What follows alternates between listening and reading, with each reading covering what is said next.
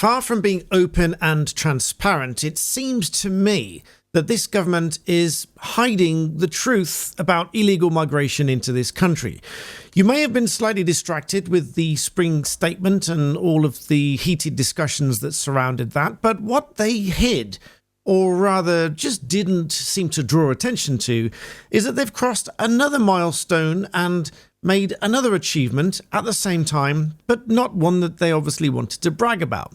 That is that since Labour came into office, around 30,000 migrants have arrived illegally into the UK. That is setting a record that we've never seen before. But where is the outrage? Where is the comment? Well, there is no comment, really, as you'll find out in this video, because Keir Starmer has spoken much more about potholes than he has about illegal migration into this country. And indeed, they are spending more on fixing potholes than they are illegal migration into this country. And I'll give you some examples in just a moment. But first of all, if you like what is self-described as a brutally honest alternative to the mainstream media, please do subscribe to my channel. About half of you don't do that. And I'm calling these things out, to use the Americanism, as I've been criticized in the comments for doing, because many of the mainstream media just don't draw attention to these things. And I like to draw attention to these things so that you are better informed. So 30,000 migrants as a record number of migrants arriving illegally into this country. And the one thing we can be thankful for is that we get a daily update as to how many arrive. Hundreds and hundreds. 1,722 migrants in 1 week alone on 30 boats. In fact, I did a post about this, which I can try to drag on screen so you can see it here. 1,722 migrants in a week on 30 boats. Now, some politicians were criticised previously for calling this an invasion. But let's be fair and honest about it. What would you call it if 30 boats arrived on our shores without permission, without any kind of authorisation, without any kind of checks, with 1,722 men on board, mostly men, I believe, who have no background checks, no checks at all, and they are then, I presume, swiftly ferried into hotels claiming asylum. Now, usual caveat, some people are fleeing war-torn countries, some people desperately need our help, some of those are going to be valid, but I think a lot of people believe that a lot of these are economic migrants. As I've seen in previous videos, they say that everything they need is in the UK, and everything they want is in the UK, and therefore that's what they come here for. But as I mentioned earlier, Keir Starmer has posted very much more about potholes. These are his posts about potholes just recently, and there's a fair few of them, and saying what they're going to spend. I'll come back to that in a minute. As against what he's posted about migrants. The only post we can see here from Keir Starmer on migrants was from 2016. And that was in defence of migrants. And that was criticising the then Prime Minister's comments referring to migrants in Calais as a bunch of migrants, which I don't find particularly offensive. It's just a phrase. Challenged, he said, the refugee minister to distance himself from those comments. But that is the only comment made about migrants on X. If we look for arrivals, the arrivals that we talk about here, we go back to 2021, talking about COVID and all of these sorts of things. And if we look at boats, there was one mention in May last year, obviously before they assumed office, talking about launching new measures to tackle the Tory small boat crisis. But before then, criticising the Rwanda scheme, which they've now scrapped, which cost over £700 million. So that money's down the drain. The main deterrent has now been scrapped before it even managed to show how successful it might have been. And in Keir Starmer's own words, how ironic, the boats keep coming. Well, yes, they do. The boats keep coming, according to their own statistics here. Their latest comment about this is that they're going to work with France. So good news, everybody. They say that they're going to work with France to ensure the effective and prompt return of irregular migrants, illegal migrants, to source and transit countries. You may read that at first blush to mean that, well, they can go back to France then. But I won't hold my breath, and we'll see what actually happens as a result of all of this. But you might be wondering, why is this so bad, and What is the downstream effects of this, and what does it cost the taxpayer? Well, this is where you might get rather angry, because you might look at headlines such as this one from GB News and think, this is outlandish, this can't be true. People might think, well, in defense of GB News, not that they've asked me to do this, and this is just my personal commentary on it, because I do look at these things. When I see a headline like this, I think, that's quite outrageous. Let's have a look and see if there's any truth to it. And usually I find the truth, because to be fair, most of these news companies won't print something or publish something unless there's some air of truth about it. But let's take a look. It says, migrant PDF file who attacked a teenage girl allowed to stay in Britain as he would face inhuman treatment in Pakistan because he's an alcoholic. Now, we've seen all sorts of excuses just recently, and we look at why on earth could these possibly be a justified reason? Well, obviously, the arguments put before the tribunal was that he might face degrading treatment and he might face some kind of harsh punishment and so on, all of which might ordinarily be a valid argument if there really were a valid argument to make. But then you might think, well, surely that can't be true. You might think this headline surely is not right. Surely there's a misunderstanding. Well, it's broadly correct, because this is the tribunal case here. He's been awarded anonymity, so the person involved here is subject to an anonymity order. So if you do find out who it was through the grapevine, etc., keep that to yourself. There is an order to maintain anonymity. But in short, and you can see the length of this, in short, the decision of the lower tier tribunal has been now reverted back to the lower tier tribunal by the upper tribunal on an error of law.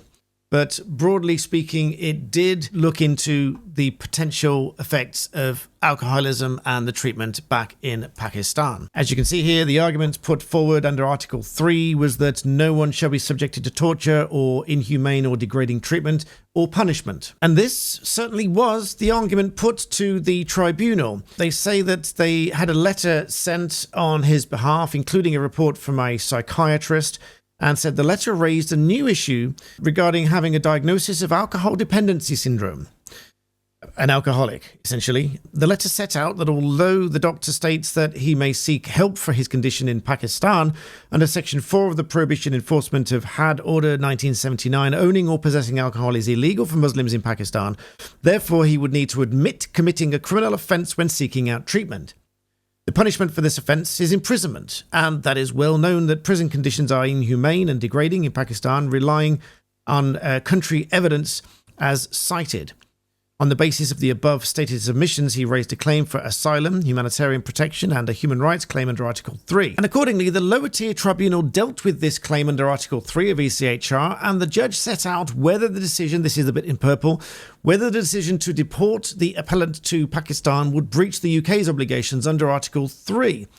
And then for the reasons that the judge gave, she concluded that there was sufficient evidence to show the lower standard that he would face inhumane or degrading treatment on return to Pakistan as a result of the highly likely criminal prosecution and imprisonment for his uncontrollable alcohol consumption. As such, to returning to Pakistan would breach the UK's obligations under Article 3. And so in essence, the arguments back and forth here was that because he was likely to depend on alcohol and to seek treatment for that, he would have to admit that he's using alcohol, which is a criminal offence in Pakistan, and therefore would be imprisoned, and the conditions are inhumane.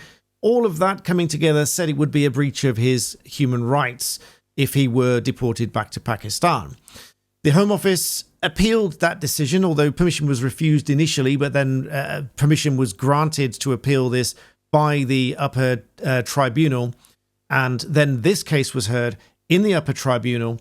And when we come to the conclusion of this, the upper tribunal essentially said that there was some jumping the gun, essentially, by the lower tier tribunal. Broadly speaking, there was a lack of a proper legal test application. The first tier tribunal did not clearly apply or explain the correct legal threshold with regard to Article 3. There was speculative reasoning involved. The judge assumed, without sufficient evidence, that he would relapse into alcoholism, that he would, and then assumed that he would be prosecuted for it, and assumed that he would then suffer treatment. And there was no real proper evidential link or detailed assessment of any of this going on. And also, the first-tier tribunal failed to consider any available support and treatment in Pakistan if this guy were to go back there. So there was a gap in reasoning, there was a gap in evidence, and there was a jumping the gun, so to speak, in these assumptions that all of those things would happen. So accordingly, the upper-tier tribunal found to have made an error of law on a point of law, and that decision was set aside. And this appeal is now remitted back to the first-tier tribunal for a hearing. But this was just heard in February, just now. But bearing in mind that permission to appeal this was given back in August 2024, so this is going back and forth to court again and again. This guy may be receiving support payments while he's here, etc.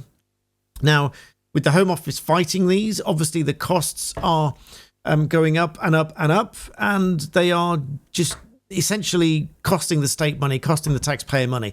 I would estimate the cost for all of these hearings to be at the very least in the region of £10,000 to £15,000. This is a single one-off event guy who, let's not get away from the fact of why he was being deported in the first place, because of the serious offences against him. Jumping back into the tribunal, from reading from paragraph 9, in July 2020, he was sentenced for 2 sets of offences, including the sexual assault and assault by beating on emergency workers. He pleaded guilty to those offences. He was sentenced for 12 months imprisonment in total. As a result of that, he was served a decision to deport him, which he failed to respond to. And then in December 2022, he was convicted of further criminal offence for sexual assault, this time of a female child under 13, which he was sentenced for 1 year imprisonment. Now, you can make of what you will of the sentence for that. I don't know the full details of the offence, but even that kind of offence on that kind of victim, 1 year on the face of it doesn't seem enough, but that is down to the sentencing and the sentencing guidelines, which I've been critical of before. And he was ordered to be on the sex offenders register for 10 years. So all of this then resulting in, we really, really want to deport this guy. And then the arguments brought to court are, well, he's an alcoholic. And admitting that he's an alcoholic in his home country, getting treatment, might mean that he's then mistreated. And that was initially, at least, held as a reason why we can't deport him.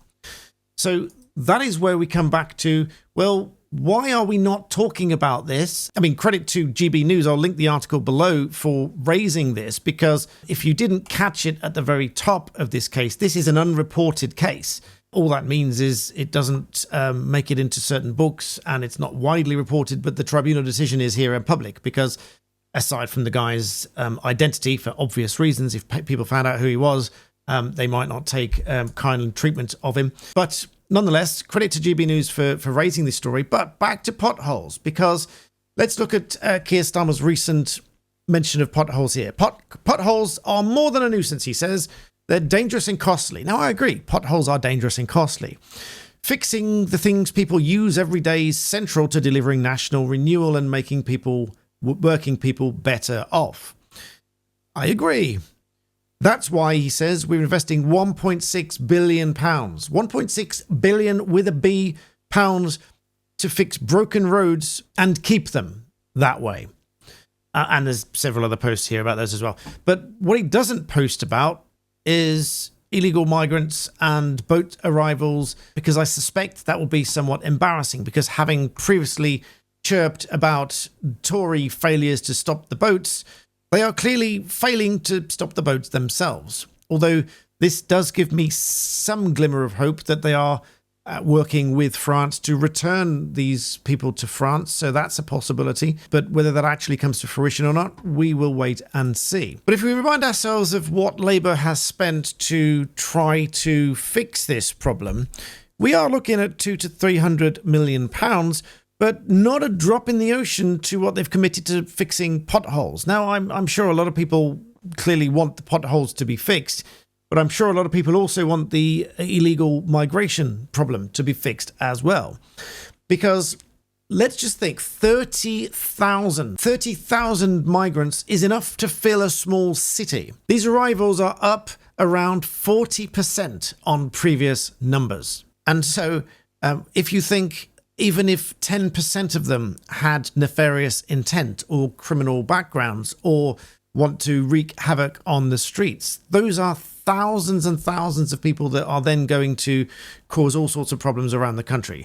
Now, that's not to say that they are. And again, some people that are coming here genuinely need support and help and have no malicious intent whatsoever. And simply put, we don't know. But what we do know is that over the last week alone, 30 boats have arrived in the UK without permission.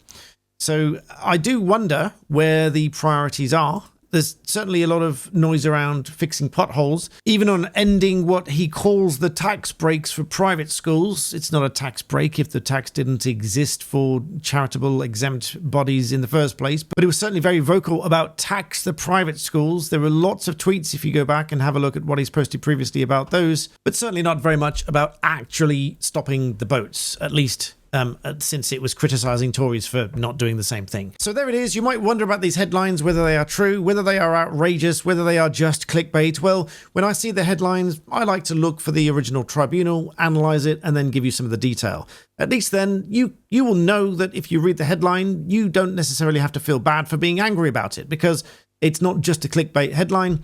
There is a tribunal decision to back it up. So let me know what you think in the comments. Questions, thoughts, comments, please. I'm rebuilding my website, BlackBeltBarrister.com. You can already join there as a member, so all current members will be moving across. But I will be adding sections, rebuilding the sections really about asking questions, particularly of me. And so I can do you video responses in there. They'll all be based on YouTube, but they'll be embedded on the site. Different questions. We'll have different sections on dealing with vehicle repairs or consumer problems. And so I'm going to build it out a bit like a forum for members. So do head over there and join there. If you're a member on YouTube itself, because there's membership buttons down below, you can join as a member to my channel here. I will find a way of checking, having the site check that you're a member on YouTube, and I will give you access to the website as well, so that you don't have to pay in two different places. Obviously, that's just a way of me being completely honest with you, is a way of me building this out, spending more time dedicated to all of this sort of access to resources for you. So do support me, and I'll support you. And don't forget to subscribe to the channel. And as always, thank you so much for watching.